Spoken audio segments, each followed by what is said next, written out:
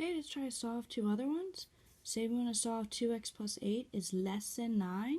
So again, it opens on a bigger number, so we're saying 9 is a bigger number.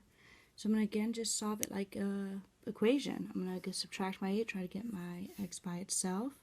Subtract 8 from both sides. 2x is less than 1.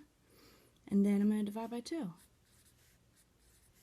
X is less than 1/2.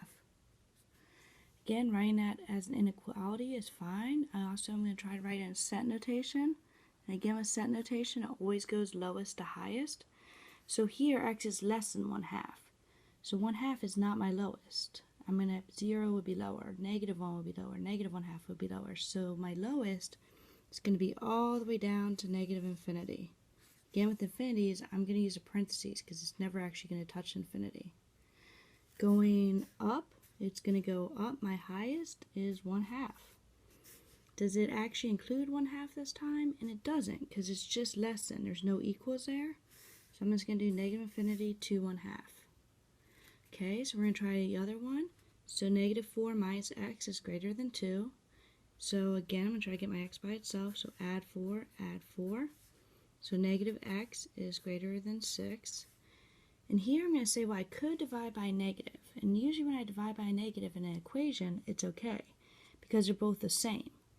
So in an inequality, because they're not the same, I'm actually looking at a relationship to them. Dividing by a negative changes things. And let's kind of see why. What if instead of dividing by a negative, what if I went ahead and just moved my x to the other side? So what if I instead added x and subtracted 6? So I would get -6 over here, and my x on the other side, so I would get x is less than -6. So really, if I had done this, I'm going to set up the other one over here, -x is greater than 6. If I had done it by dividing by the negative, I wouldn't get the same thing, right? I would get x being greater than -6.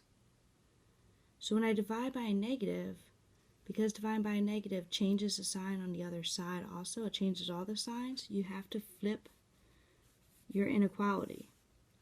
And really, it's saying what would happen if instead of dividing by a negative, I just move stuff over. If I move stuff over, then obviously my x, to get it to be a positive, would be on the other side of the inequality. So whenever dividing by a negative, just switch your inequality to show that you know that x is on the other side of the inequality. So divide by negative.